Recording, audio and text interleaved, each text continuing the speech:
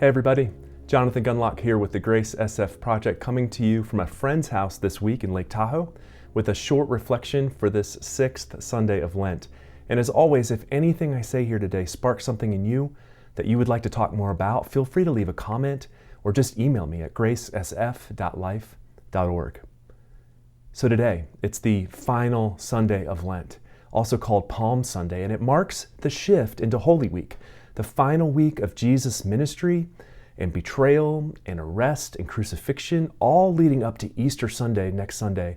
And so much happens in these last 7 days that it's honestly hard to pick just one thing to talk about. But there is one scene.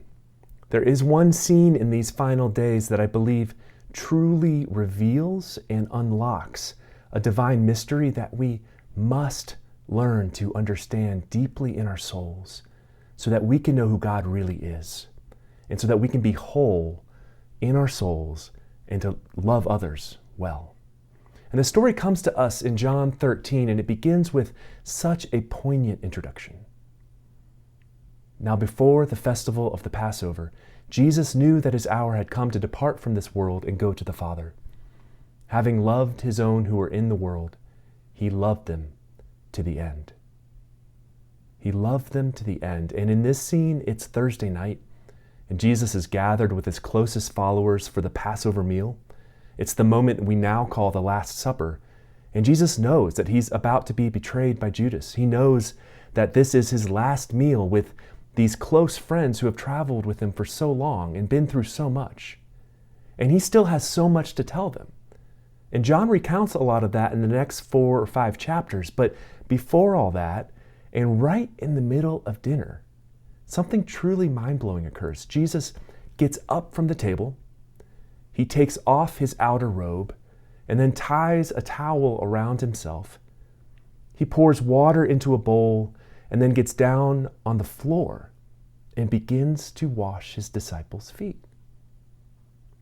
Now, foot washing was a common practice in the day. It's not something most of us can really relate to now, but it was customary and a mark of hospitality to provide weary, dusty, sandal-clad travelers with this kind of service when you'd invite them into your home.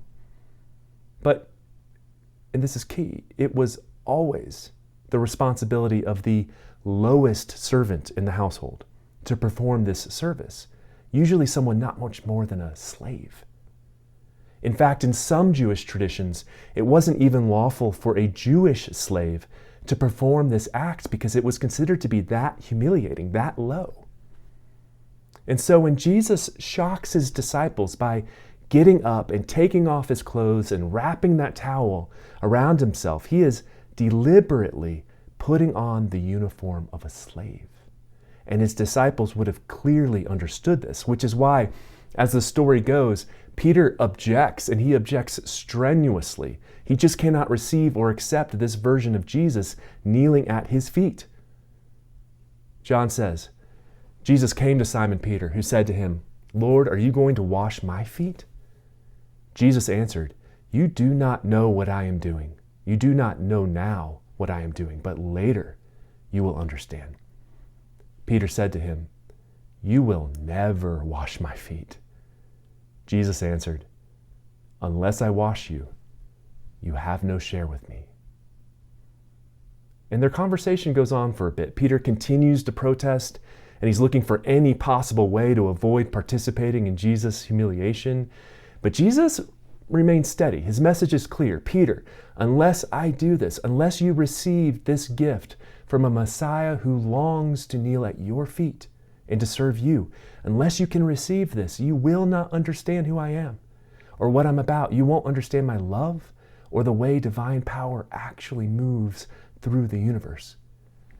So Peter eventually relents, and Jesus proceeds to wash all of the disciples' feet, even Judas' feet. Judas's feet, Judas the betrayer, Jesus washes his feet also.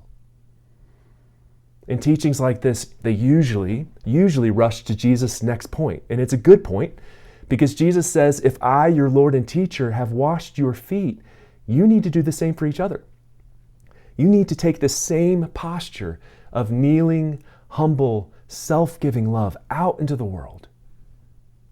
And while that clearly is the application of the lesson, I'm often much more concerned that we haven't first truly received Jesus' gift.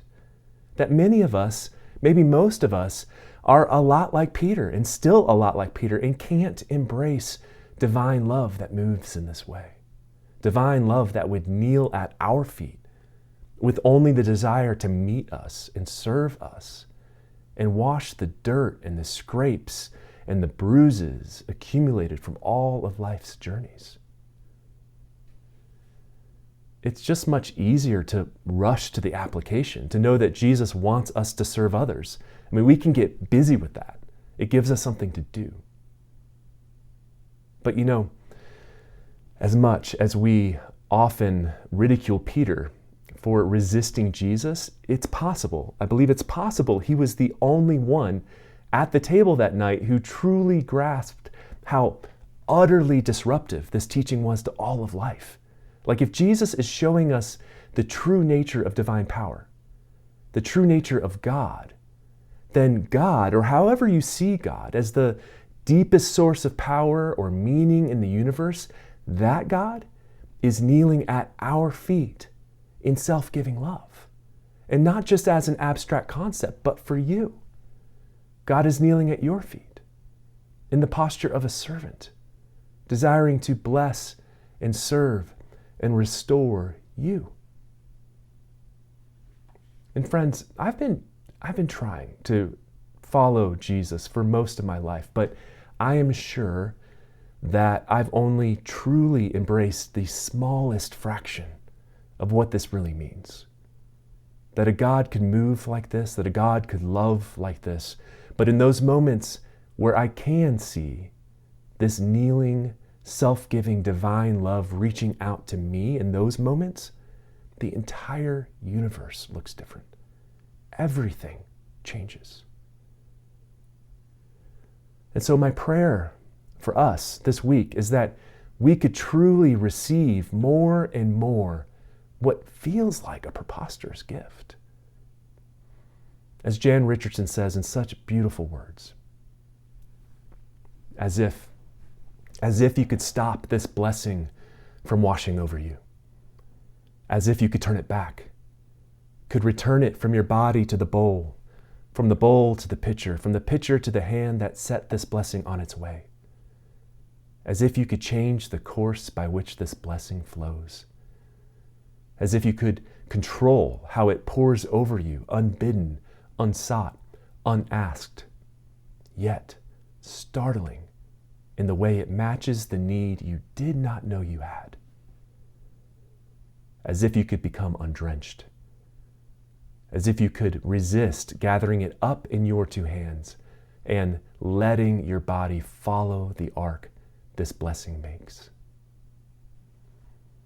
My prayer for you this week, for this Holy Week, friends, is that you might meet Jesus in a new way, not only as an example to be followed, but as the one who is kneeling at your feet and reaching out to serve you, reaching out to show you that this divine, kneeling, serving love is for you personally.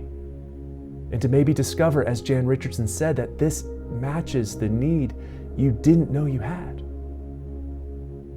There's just so much in us that resists that a God could love like this, that a God would long to serve and care for us. It breaks almost every one of our expectations for life.